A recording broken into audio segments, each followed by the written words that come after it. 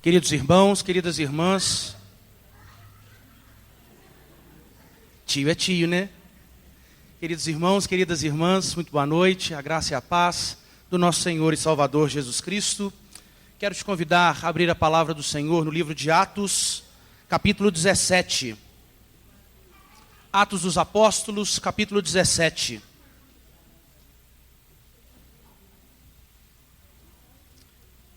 Livro de Atos, capítulo 17, leremos a partir do versículo 16. E antes de procedermos à leitura da palavra do Senhor, eu queria que mais uma vez nós orássemos, pedindo ao Senhor para que o Santo Espírito de Deus, que nós clamamos para que fluísse no nosso meio, possa iluminar as nossas mentes, possa regar com essas águas gloriosas o nosso coração, para que o nosso coração seja um terreno tão fértil, para que a semente da palavra seja lançada, para que frutos sejam produzidos, frutos dignos do Senhor, frutos que permanecem para a glória de Deus e para o bem das nossas vidas na presença do Senhor. Esses dias eu ouvi uma expressão que tem mexido muito, mas muito comigo nesses últimos dias.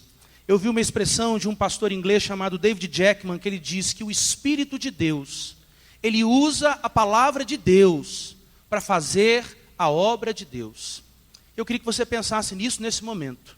A atuação poderosa do Espírito Santo trabalhará nas nossas vidas de maneira tão intensa por meio da palavra do Senhor. Não por meio da palavra de um homem tão limitado, tão pecador, tão falho, mas através do poder de Deus, que é o próprio Evangelho. Então por isso eu queria que você orasse, pedindo ao Senhor para que continuemos nesse culto ao Senhor, aproveitando esse momento tão glorioso, que é o momento no qual nós vamos ouvir a instrução do Senhor para as nossas vidas. Vamos orar, portanto? Santo Deus, mais uma vez nós temos a Tua bendita palavra diante de nós.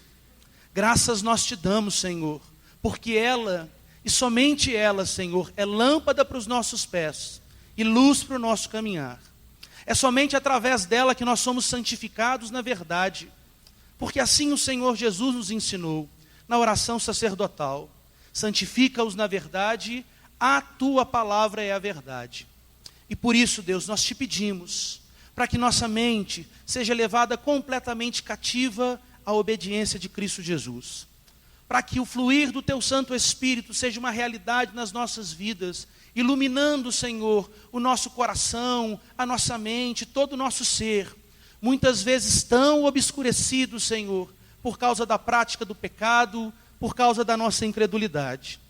Ah, Espírito Santo, faça a Tua obra, usando a bendita palavra que é de Tua autoria, no meio do Teu povo.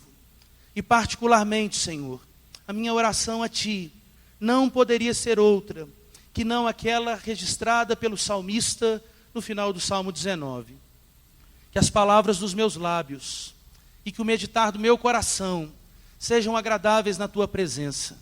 Senhor, rocha minha, Senhor, Redentor meu, oramos como Tua igreja, no nome de Jesus. Amém. Atos dos Apóstolos, capítulo 17, a partir do versículo 16, diz assim o texto. Enquanto Paulo os esperava em Atenas, o seu espírito se revoltava em face da idolatria dominante na cidade. Por isso, dissertava na sinagoga entre os judeus e os gentios piedosos. Também na praça, todos os dias, entre os que se encontravam ali. E alguns dos filósofos epicureus e estoicos contendiam com ele, havendo quem perguntasse, que quer dizer este tagarela? E outros, parece pregador de estranhos deuses, pois pregava a Jesus e a ressurreição. Então, tomando-o consigo, o levaram ao Areópago, dizendo, poderemos saber que nova doutrina é essa que ensinas? Posto que nos trazes aos ouvidos coisas estranhas, queremos saber o que vem a ser isso. Pois todos os de Atenas e os estrangeiros residentes de outra coisa não cuidavam, senão dizer ou ouvir as últimas novidades. Então Paulo, levantando-se no meio do Areópago, disse, senhores atenienses, Em tudo vos vejo acentuadamente religiosos, porque passando e observando os objetos de vosso culto, encontrei também um altar no qual está escrito: ao Deus desconhecido. Pois esse que adorais sem conhecer é precisamente aquele que eu vos anuncio. O Deus que fez o mundo e tudo o que nele existe, sendo ele Senhor do céu e da terra, não habita em santuários feitos por mãos humanas, nem é servido por mãos humanas, como se de alguma coisa precisasse, pois ele mesmo é quem a todos dá vida, respiração e tudo mais. De um só fez toda a raça humana, para habitar sobre toda a face da terra, havendo fixado os tempos previamente estabelecidos e os limites da sua habitação, para buscarem a Deus, se porventura, tateando, o possam achar. Bem que não está longe de cada um de nós, pois nele vivemos e nos movemos e existimos, como alguns dos vossos poetas têm dito, porque dele também somos geração. Sendo, pois, geração de Deus, não devemos pensar que a divindade é semelhante ao ouro, à prata ou à pedra, trabalhados pela arte e imaginação do homem. Ora, não levou Deus em conta os tempos da ignorância. Agora, porém, notifica aos homens que todos, em toda parte, se arrependam, porquanto estabeleceu um dia em que há de julgar o mundo com justiça, por meio de um varão que destinou e acreditou diante de todos, ressuscitando-o dentre os mortos. Quando ouviram falar de ressurreição de mortos, uns escarneceram, e outros disseram: a respeito disso, te ouviremos noutra ocasião. A essa altura, Paulo se retirou do meio deles. Houve, porém, alguns homens que se agregaram a ele e creram, e entre eles estava Dionísio, o Areopagita, uma mulher chamada Dâmaris, e com eles outros mais. Amém. Queridos irmãos, apesar de termos realizado a leitura do verso 16 até o versículo 34, e a nossa intenção foi que nos situássemos no contexto no qual o apóstolo Paulo estava, eu gostaria que nós fizéssemos um recorte dentro desse texto, analisando nessa noite, de uma maneira um pouco mais detida, os versículos 23 a 25 e aquilo que nos ensina o versículo 28. E eu queria que nós pensássemos, no início dessa mensagem, acerca do significado da nossa vida. Você já parou para pensar em qual é o fim mais importante, supremo, para o qual eu e você nós fomos criados? A palavra de Deus nos ensina, em 1 aos Coríntios, no capítulo 10, no versículo 31, que quer comais, quer bebais, ou façais qualquer outra coisa, façam tudo para a glória de Deus.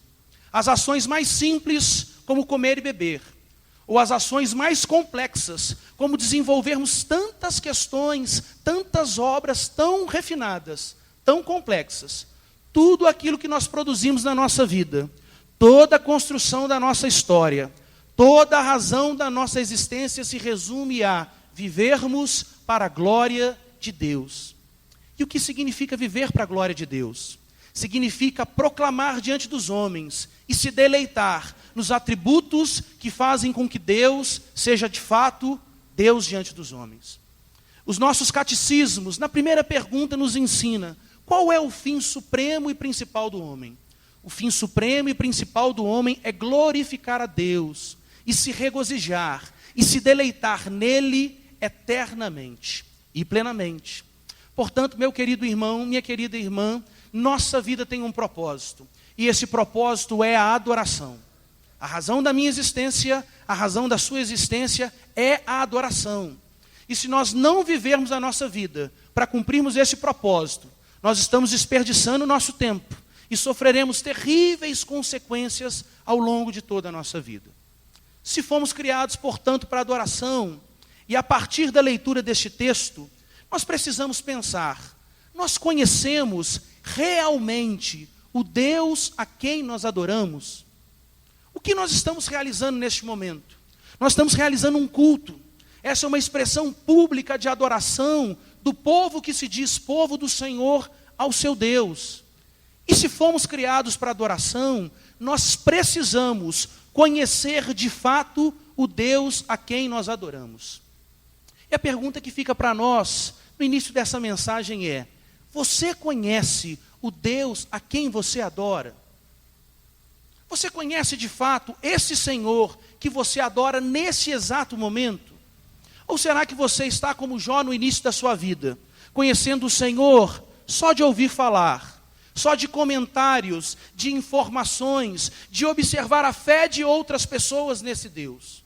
Ou será que os seus olhos agora contemplam, percebem, conhecem de fato quem é esse Deus a quem nós dizemos adorar? Ao observarmos esse texto, nós vamos perceber algo muito interessante. O apóstolo Paulo está na cidade de Atenas, berço de todo o conhecimento da civilização ocidental. E nós sabemos disso, a importância dos gregos para toda a civilização ocidental.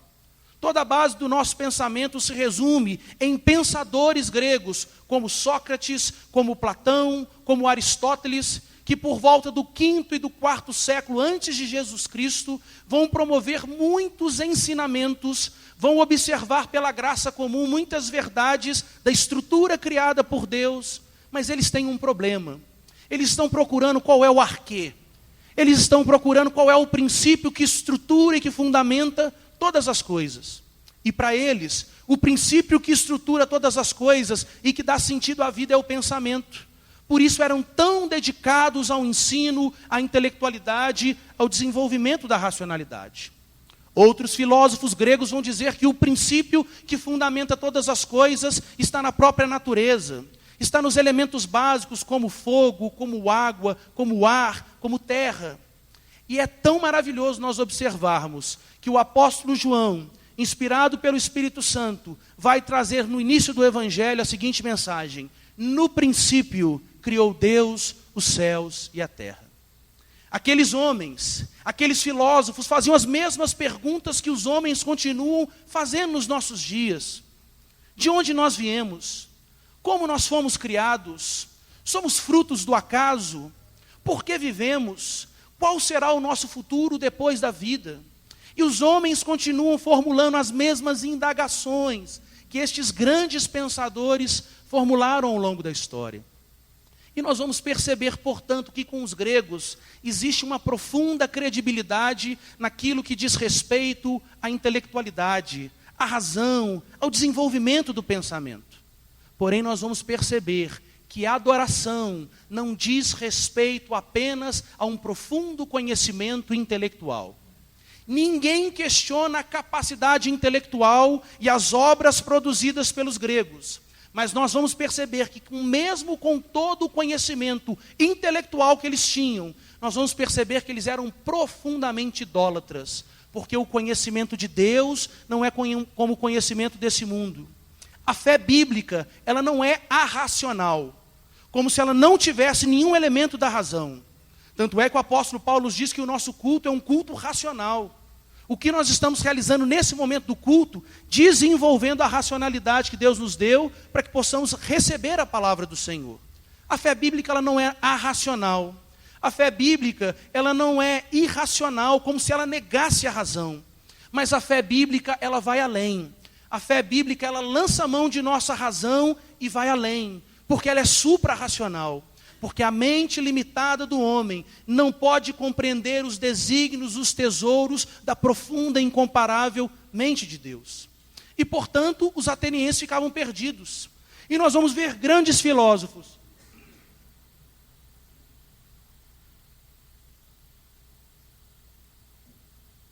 Perdão, irmãos. Nós vamos ver grandes filósofos, como os estoicos, que vão dizer que a nossa vida é um mero determinismo. Nós somos fruto do acaso, nós somos governados pela deusa destino, e por isso nós precisamos nos conformar de maneira indiferente a tudo o que acontece na nossa vida. Ou os filósofos epicureus, que vão dizer que com a morte do corpo físico, acontece também a morte de nossa alma.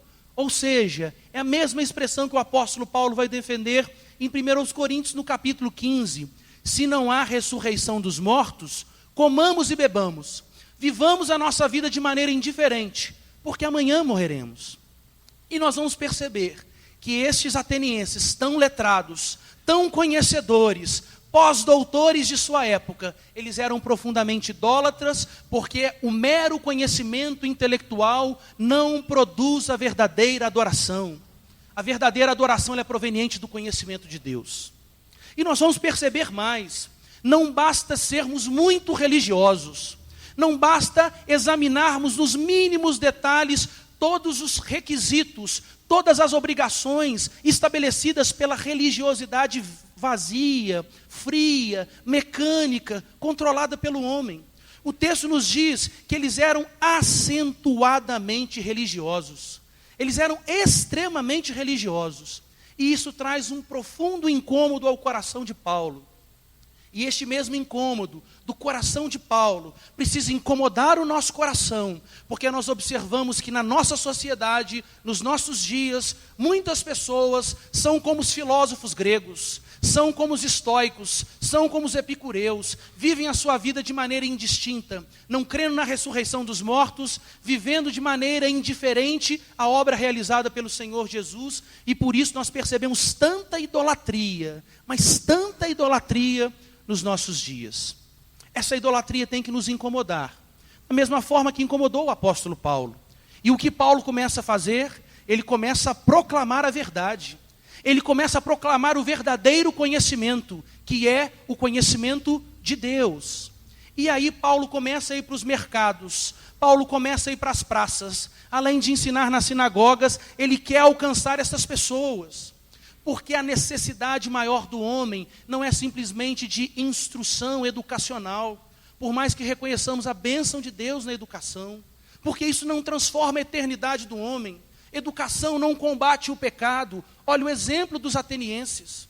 Mas Paulo sabia que analfabetos e que pós-doutores, que ricos e que pobres, que todo homem tem uma tremenda necessidade nas suas vidas, ter o conhecimento de Deus, para que possa se tornar um adorador do Senhor.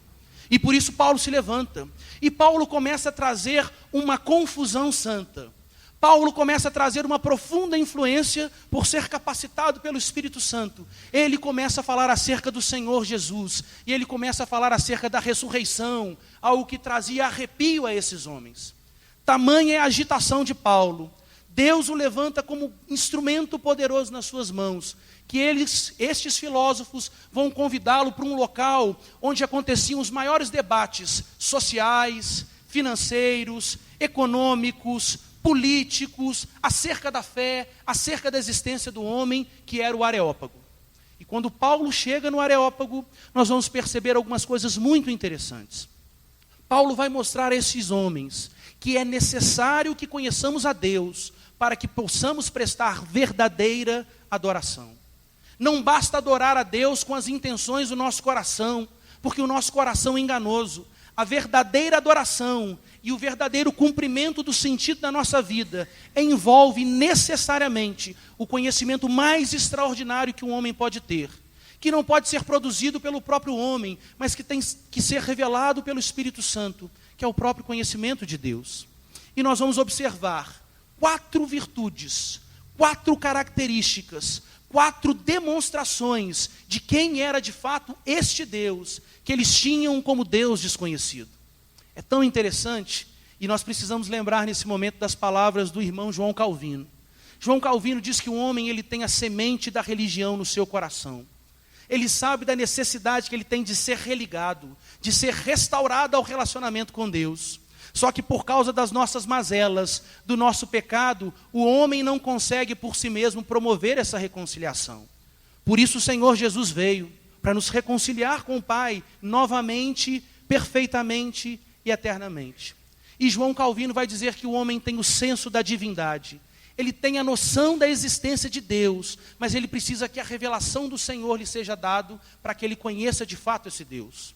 Os filósofos gregos e a cultura grega conhecida pelos seus muitos e muitos e muitos deuses. E eles tinham tantos deuses que no seu local de culto eles tinham até um espaço destinado para o Deus desconhecido. Eles adoravam quem eles não conheciam, mas a adoração exige o conhecimento daquele a quem nós adoramos.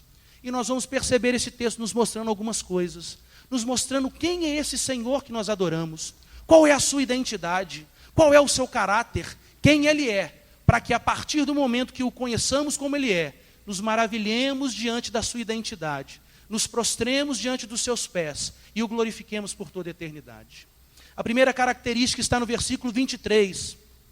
O texto vai nos dizer que porque esse que adorais sem conhecer é precisamente o Deus que vos anuncio, o Deus que fez o mundo e tudo o que nele existe.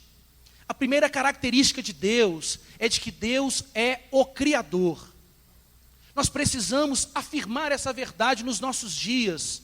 Deus não é um ser, Deus não é uma pessoa que vive de maneira indiferente no cosmos. Deus é o Criador. Antes que todas as coisas existissem, Ele já era. Ele era, Ele é e Ele sempre será o Senhor. E nos nossos dias nós percebemos uma profunda rebelião do homem, tentando trazer para um mero fruto do acaso, mero produto do acaso, tentando trazer para o próprio homem a condição de criador.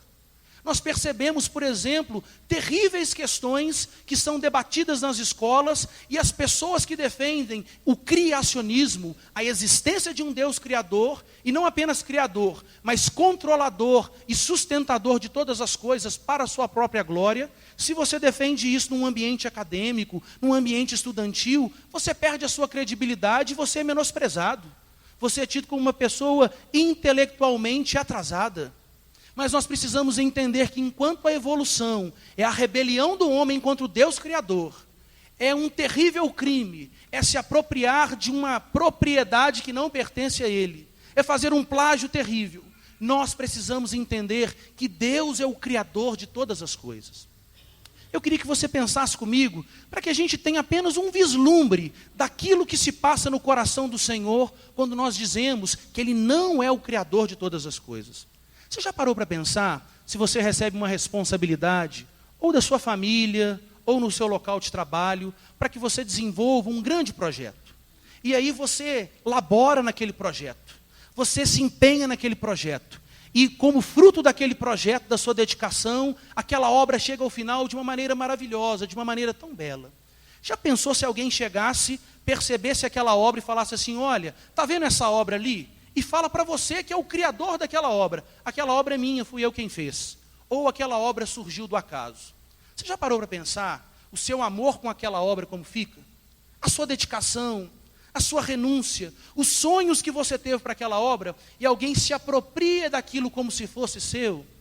Se nós como homens, corrompidos pelo nosso pecado, tão limitados, se isso já traz uma indignação no nosso coração, imagina no coração de Deus. Não há como adorarmos o Senhor sem reconhecermos que Ele é o Criador. Porque se existe a criação, existe um Criador. E nós percebemos qual é a razão de existir da criação. A criação, ela foi trazida à existência para que o Criador fosse exaltado. Eu me recordo que a primeira vez que eu tive a oportunidade de fazer uma viagem de avião foi no projeto missionário da nossa igreja, quando nós fomos para Desterro a primeira vez. Isso foi no ano de 2004, né, pastor Eloy? Ano de 2004. E eu estava muito inseguro. Chegamos na cidade do Rio de Janeiro, que sempre tem um céu tão aberto, uma chuva, o tempo fechado. O pastor Eloy e o pastor Jefferson pegando no meu pé, porque sabia que eu estava com muito medo, fazendo muitas piadinhas. E eu não conseguia relaxar para ver aquele momento. E eu lembro que quando o avião assim se preparou para decolar, e quando fez a decolagem, eu lembro que eu estava com muita nuvem, estava chovendo, parecia que estava relampejando, e eu fiquei com muito medo, mas muito medo. Mas eu lembro que quando a gente transpassou as nuvens, eu lembro quando eu vi aquele tapete de nuvens, eu lembro quando eu vi aquele sol tão brilhante, e lembrei do sol da justiça, eu me recordo que o medo foi embora, que a insegurança foi embora, e eu não podia fazer outra coisa do que não fazer. Deus, o Senhor é poderoso. Deus, é maravilhosa a sua criação. E eu consegui entender um pouquinho do que o Salmo 19, versículo 1 nos diz. Os céus proclamam a glória de Deus. O firmamento anuncia a obra de suas mãos. Portanto, queridos irmãos, se queremos adorar ao Senhor, a primeira coisa que nós precisamos entender é conhecê-lo. e para conhecê-lo, precisamos perceber que Ele é o Deus Criador. Mas não apenas isso. A continuidade do texto nos diz: sendo Ele o Senhor do céu e da terra. A segunda característica que faz com que Deus seja Deus, distinto de mim, distinto de qualquer outro ser celestial, de qualquer outra pessoa, é de que Deus é Senhor. Deus é Senhor. E essa palavra está caindo em desuso.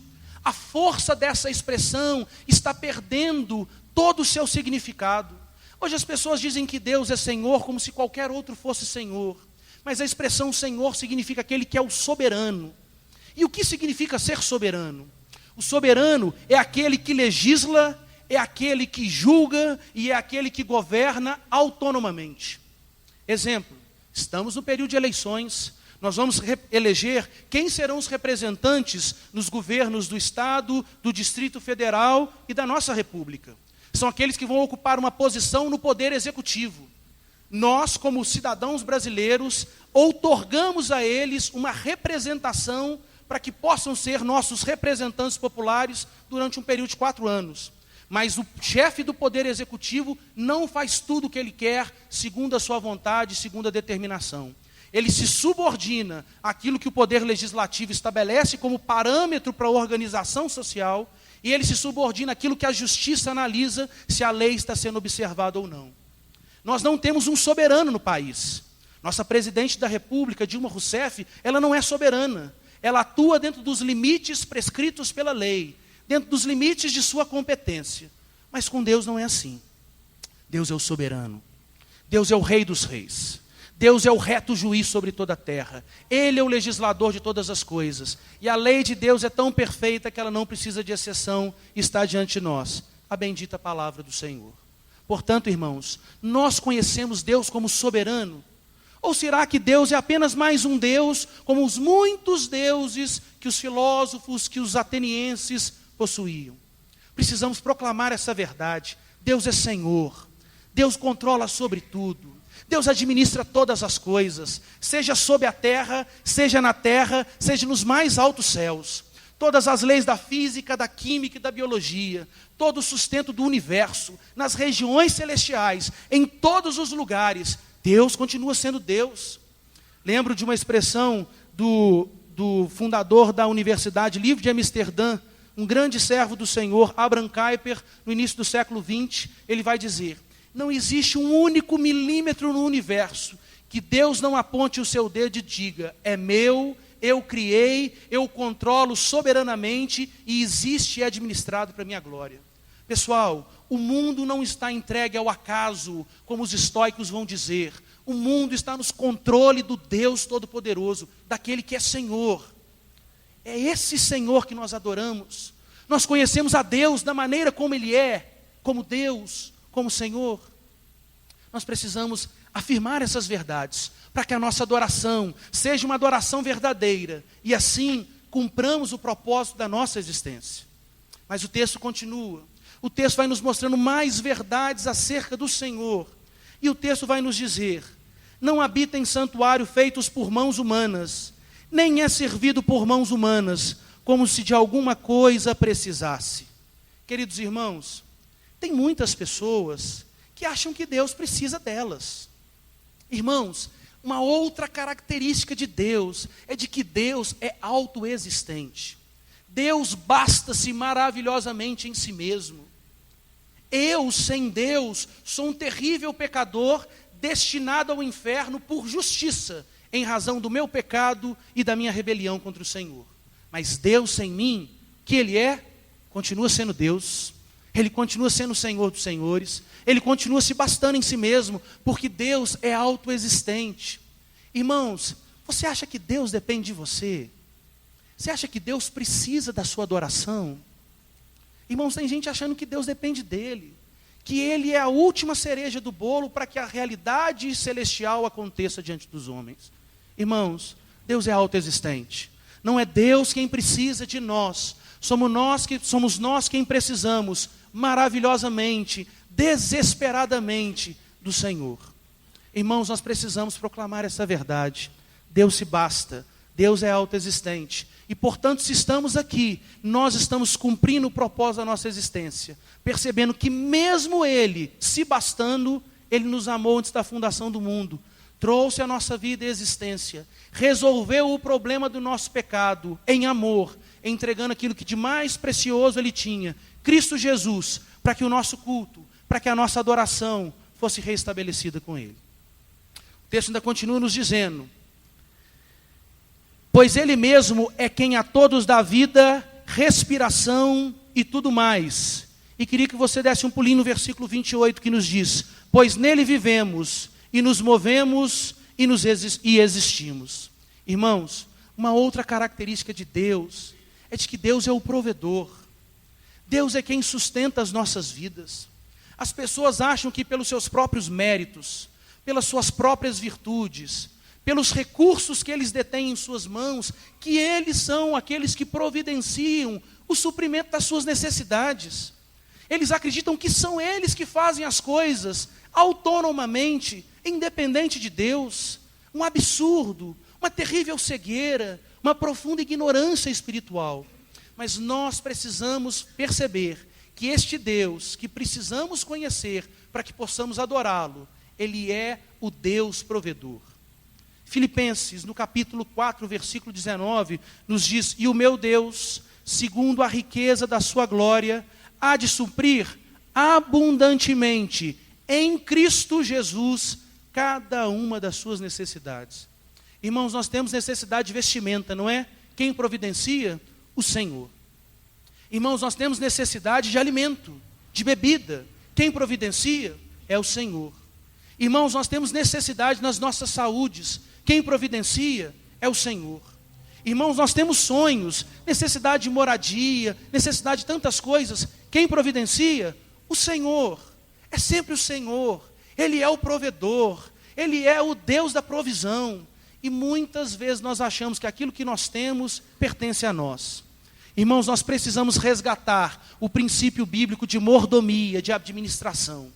Diante dos homens, os bens que nós temos, as virtudes que nós temos, elas podem ser nossas, mas nós somos apenas administradores. Somos apenas mordomos de tudo aquilo que Deus confia aos nossos cuidados. Ele confia por amor. Ele confia porque quer demonstrar através dessa provisão como Ele cuida de nós a cada instante. Nas questões tão simples e naquelas questões que parecem impossíveis e podem até ser impossíveis diante dos homens.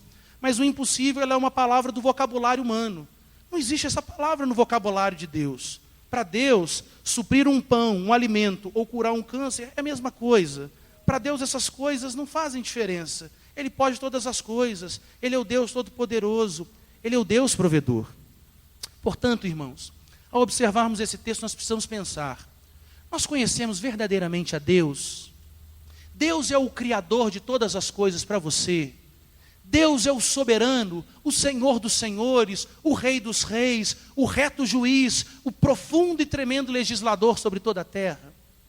Deus é autoexistente. Deus se basta em si mesmo e é você quem precisa de Deus, não o Senhor que precisa da sua vida. Deus é o seu provedor, Deus é o seu sustentador, Deus é o seu apoiador. Porque se nós não reconhecemos Deus assim, nós estamos como os atenienses.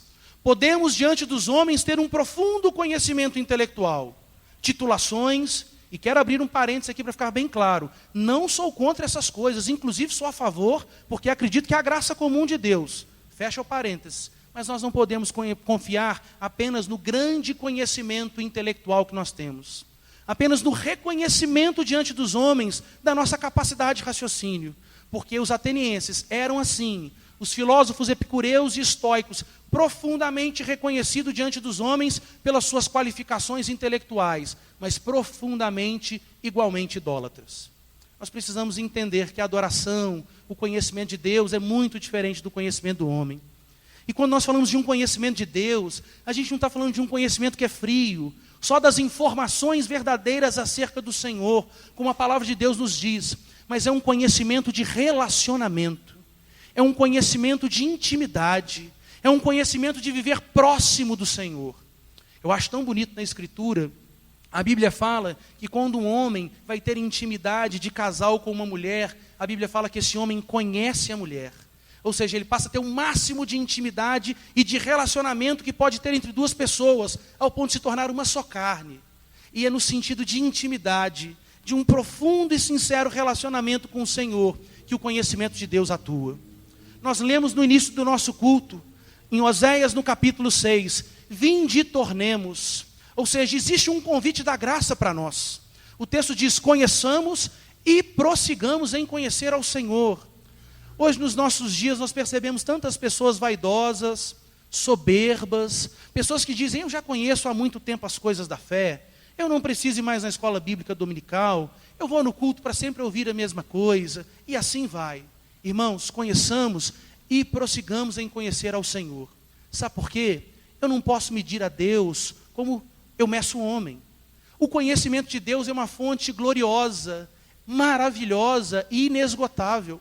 Quanto mais eu conheço ao Senhor, mais eu fico alumbrado, mais eu fico maravilhosamente assustado diante da grandeza de Deus. E eu quero conhecê-lo mais. E aí você vai para a Escritura, vai para a vida de oração, vai para a vida de adoração. Deus, por graça, vai se revelando ainda mais a você, vai te mostrando quem Ele é. Aí você fica mais maravilhado e você quer conhecê-lo mais. Prossigamos e continuemos em conhecer ao Senhor.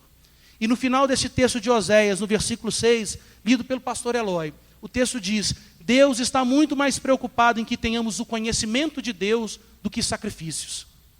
Tem tanta gente hoje colocando penduricalho na cruz, tem tanta gente hoje fazendo indulgências gospel. Faça esse sacrifício, corte na carne isso, faça aquilo outro. Irmãos, muito mais importante do que sacrifícios humanos, religiosidade vazia, é o conhecimento de Deus. E o conhecimento de Deus é um conhecimento de uma pessoa. Que pessoa é essa? A Bíblia nos ensina em Colossenses, no capítulo 1, que Jesus Cristo é o esplendor da glória e a expressão exata do seu ser. Quem vê o Filho, vê o Pai. Quem conhece o Filho, conhece o Pai. E se você não conhece Jesus como Senhor e Salvador de sua vida, falo isso com muito temor, com muito tremor diante de Deus e com muito respeito a você. Mas é mais importante você ouvir aquilo que você precisa do que você ouvir aquilo que você gostaria. É muito mais importante ser biblicamente correto do que ser politicamente correto. Se você não conhece ainda Jesus Cristo como seu amado, como Senhor e Salvador de sua vida, como grande tesouro da sua vida, a sua adoração é falsa, a sua adoração é insuficiente, ela não está chegando na presença do Senhor. Porque a adoração a Deus exige o conhecimento de quem Ele é. Eu não sei como é que você está nessa noite, nesse dia, como tem sido a sua caminhada. Mas assim como nós lemos no texto de Oséias, no capítulo 6, no versículo 1, vinde e tornemos. Você tem uma graciosa, uma maravilhosa oportunidade nessa noite. Se você ainda não conhece ao Senhor, se você está como Jó estava no passado, conhecendo apenas de ouvir falar, muita informação sobre Deus, mas nenhum relacionamento verdadeiro com Ele. Este é o grande momento da sua vida. Essa é a grande oportunidade que Deus te dá. Você pode conhecê-lo. E um conhecimento que é muito mais do que um conhecimento intelectual como era dos gregos. Um conhecimento de relacionamento. Um conhecimento de pertencer a Ele. Um conhecimento de desfrutar do maior e mais glorioso conhecimento que alguém pode ter na sua vida, que é o conhecimento de Deus. Se você conhece ao Senhor, mas tem se esquecido dessas características da identidade de Deus, características exclusivas do Senhor, de que Ele é o Criador, de que Ele é o soberano, de que Ele é autoexistente e de que Ele é o provedor. Você pode voltar nesse momento, você pode se reconciliar com o Senhor e você pode viver a sua vida numa profunda adoração, conhecendo o Senhor e prosseguindo em conhecê-lo. E se nós, como povo de Deus, temos caminhado pela graça em fidelidade, eu quero te dizer, meu querido irmão, minha querida irmã, e quero lançar um maravilhoso desafio para a sua vida. Você pode conhecer muito mais ao Senhor. Você pode conhecer muito mais ao Senhor. Você pode sair do comodismo, às vezes da acomodação, do relaxamento na fé, e você pode contemplar muito mais a santidade do Senhor, a beleza de quem Ele é, a vida que Ele tem proposta para nós. E não existe vida mais bela, vida mais bonita do que essa, de conhecermos ao Senhor Jesus e de fazê-lo conhecido. Que Deus os abençoe. Amém. Vamos orar?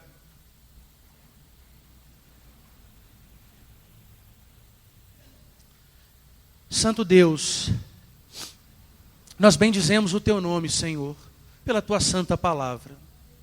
Nós bendizemos o Teu nome, Pai, pelo fluir do Teu Santo Espírito nos nossos corações. E nós bendizemos o Teu nome, Pai, porque o Senhor se dá a conhecer a nós. Deus, somos tão ignorantes. O pecado cega tanto a nossa mente, o nosso coração. O pecado, como seu resultado, produz tanta morte na nossa vida, que por nós mesmos, por outros homens, por outros falsos deuses, nós nunca teríamos o verdadeiro conhecimento da divindade, que é conhecer o Senhor. Mas nós te agradecemos porque o Verbo de Deus se encarnou. Nós te agradecemos porque o Senhor traz o teu conhecimento às nossas vidas através da tua graça, Pai. E nós te agradecemos porque não tem nada mais espetacular na nossa vida.